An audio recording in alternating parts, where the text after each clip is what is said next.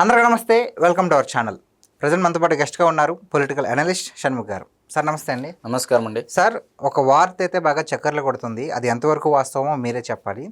జగన్మోహన్ రెడ్డి గారిని మొత్తానికి మరి కాంగ్రెస్ ప్రజెంట్ అధ్యక్షుడిగా ఉన్నటువంటి రాహుల్ గాంధీ గారు తన పార్టీలోకి లాక్కోవడానికి డీకే శివకుమార్ గారిని అస్త్రంగా వాడి ఒక ప్లాన్ అయితే ఒక రహస్యంగా అయితే ఒక అస్త్రంగా వదిలారు అని చెప్పేసి ఒక వార్త చక్కర్లు కొడుతుంది. నిజంగా ఇది వాస్తవం అయితే కనుక జగన్మోహన్ రెడ్డి గారు దానికి ఒప్పుకుంటారు. జగన్మోహన్ రెడ్డి గారు మూల స్థానమే కాంగ్రెస్ పార్టీ అనేది అందరికీ తెలిసినటువంటి విషయం.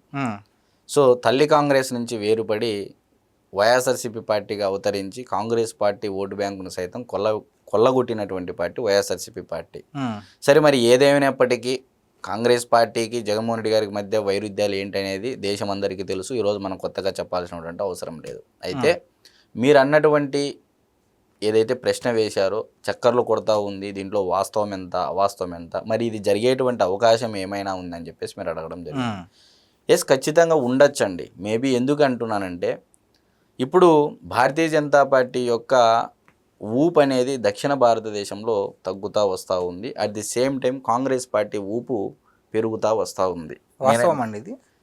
ఒకసారి మీరు చూడండి, Telangana Congress party aggressive leader Revanth Reddy గారు, Karnataka Congress party leader aggressive leader DK Shivakumar గారు ఇప్పుడు ముఖ్యమంత్రిగా ప్రమాణ స్వీకారం చేశారు. కేరళలో విడి సతీశన్ గారు.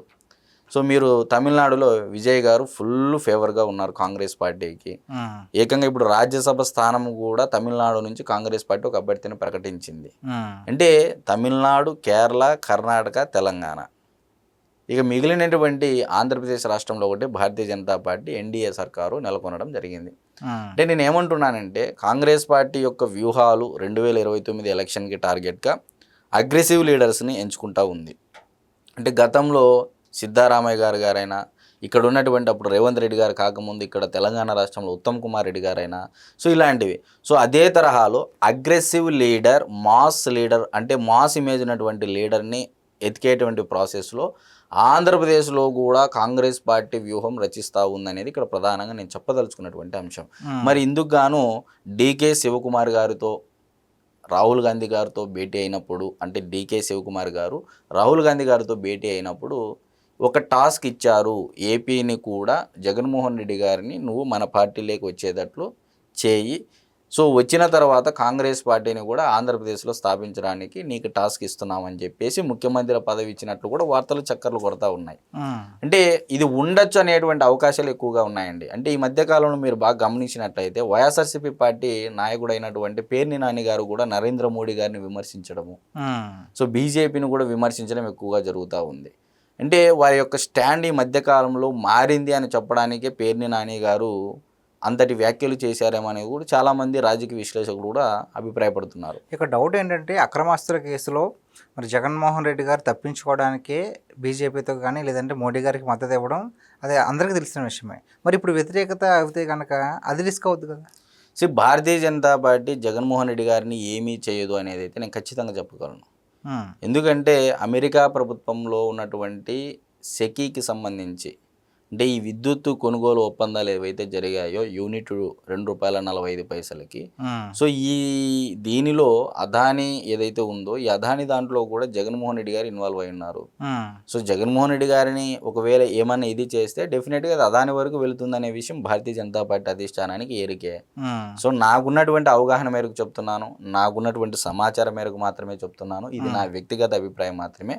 భారతీయ జనతా పార్టీ జగన్మోహన్ రెడ్డి గారిని ఏమీ చెయ్యదు, అరెస్ట్ కూడా చేయదు అనేది అయితే నా వ్యక్తిగత అభిప్రాయం. ఇది నా వ్యక్తిగత అభిప్రాయమే కాదు, చాలా మంది ప్రజలు కూడా ఇదే అభిప్రాయం కూడా భావిస్తూ ఉన్నారు.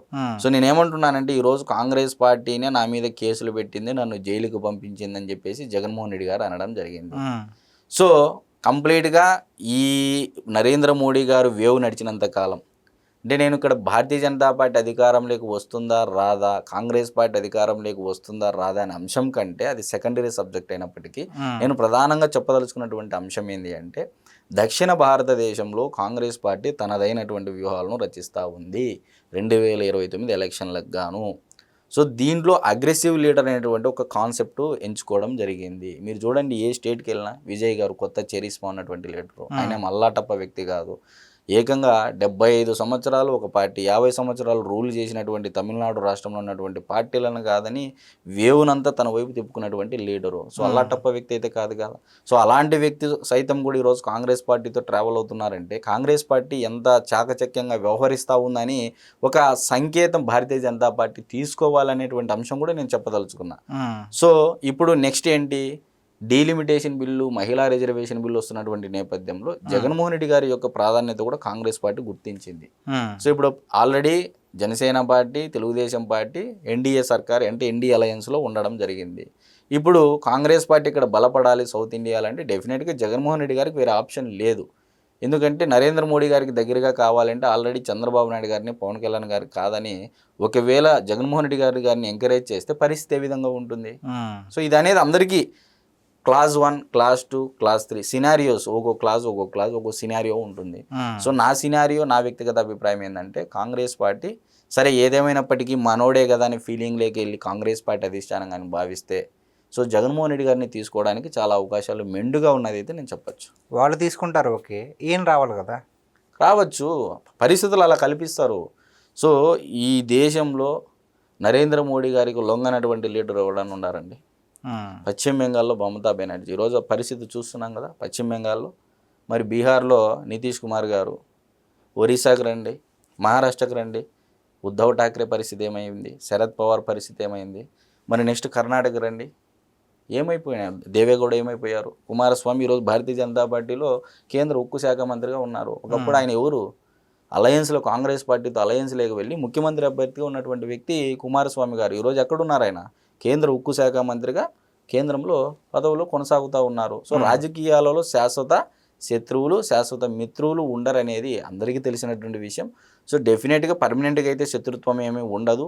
మరి నిజంగా అదే జరిగి ఉండింటే ఆనాడు కాంగ్రెస్ పార్టీ హయాంలో జగన్మోహన్ రెడ్డి గారి యొక్క అంటే దివంగత నేత రాజశేఖర రెడ్డి గారిని చంపిండేది రిలయన్స్ అని చెప్పేసి ఆనాడు ఆస్తులన్నీ ధ్వంసం చేసిన అదే రిలయన్స్కి వియ్యంకులైనటువంటి పరిమళ నత్వాని గారికి ఇదే జగన్మోహన్ రెడ్డి గారు రాజ్యసభ ఇచ్చారు కదండి ఏపీ నుంచి. మరి దీన్ని ఏ విధంగా చూడాలి మనం? సో రాజకీయాలలో శాశ్వత శత్రువులు, శాశ్వత మిత్రులు అయితే ఉండరనేది అయితే మనం ఖచ్చితంగా చెప్పొచ్చు. డెఫినెట్గా ఇదైతే ఉండొచ్చు అనేది నా వ్యక్తిగత అభిప్రాయం. ఓకే, థ్యాంక్ యూ అండి. నమస్కారం.